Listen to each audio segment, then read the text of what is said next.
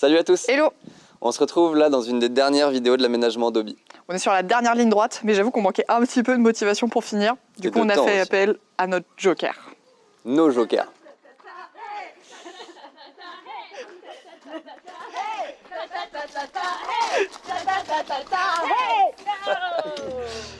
Pas sûr que tous les outils sur ce plan soient nécessaires, mais on va y arriver. Allez, on s'y met, on commence par la penderie. 183 Benjamin.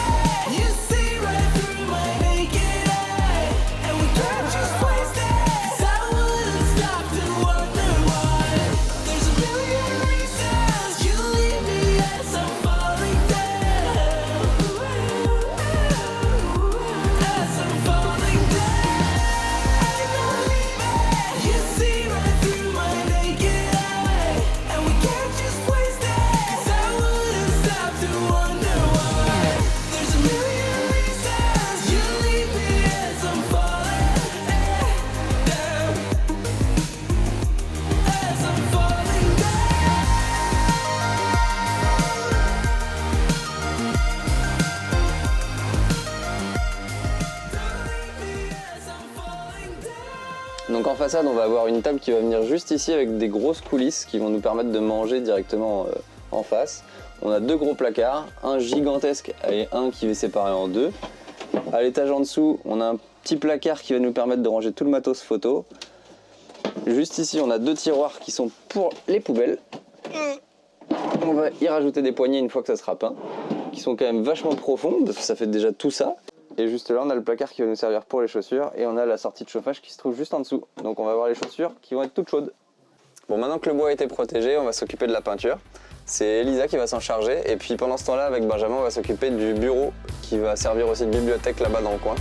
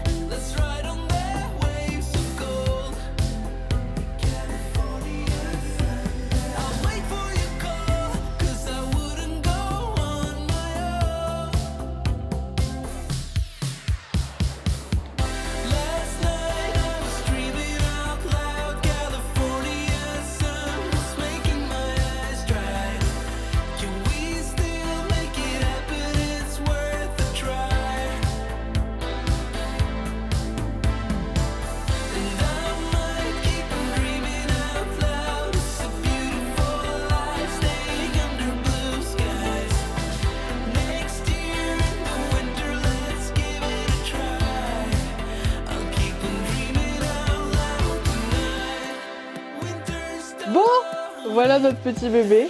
Il est temps qu'on vous montre du coup toutes les fonctionnalités de cette penderie, maintenant qu'elle est peinte, qu'elle est poignée et qu'elle est toute belle comme on l'aime. Voici notre petite penderie de base. Là, on a notre petite table sur laquelle on peut manger. Ça vient très loin, ça nous permet aussi de travailler. Si vous vous posez la question, effectivement, elle est un petit peu haute. Mais c'était pour que ce soit complètement aligné avec notre plan de travail qui est juste à côté, sinon on ne trouvait pas ça très esthétique.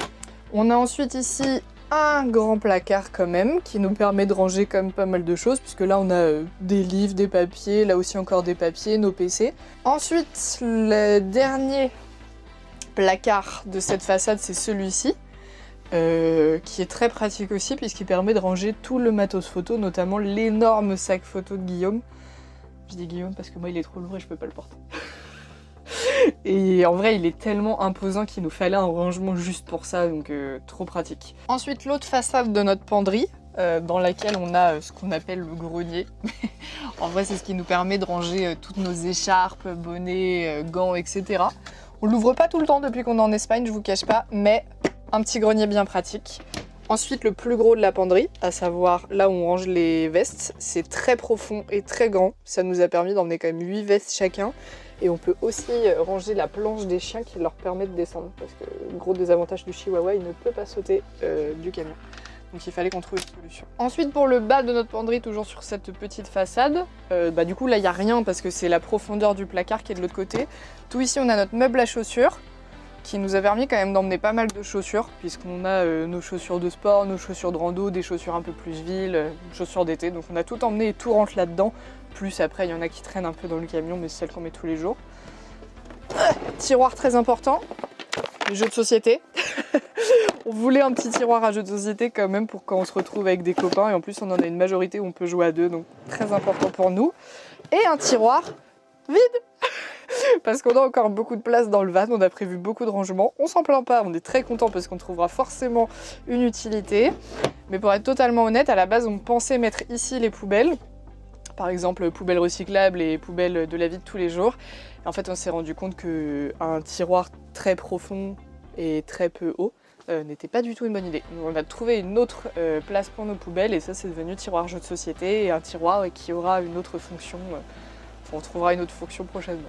Et du coup, le dernier petit point sur cette façade, c'est notre bouche de chauffage. Le tuyau passe juste au-dessus de notre placard à chaussures, puisqu'on a mis une planche qui s'arrête à peu près ici. Ça chauffe, ça tape directement dans notre rideau thermique qui est très très pratique, et du coup ça chauffe toute l'entièreté du camion. Le seul truc qu'on trouverait à dire là-dessus, c'est que ça ne chauffe pas derrière moi pour nos petits chiens quand on ouvre le lit. Mais sinon, très content de cet emplacement parce que ça permet de faire bien circuler l'air et la chaleur dans tout le camion. Et du coup, le deuxième meuble, ce qui me sert de bureau.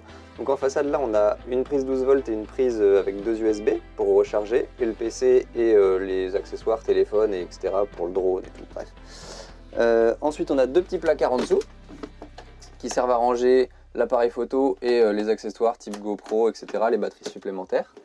Et donc du coup, ici, on a ce qui me sert de bureau, ou là où je pose le PC.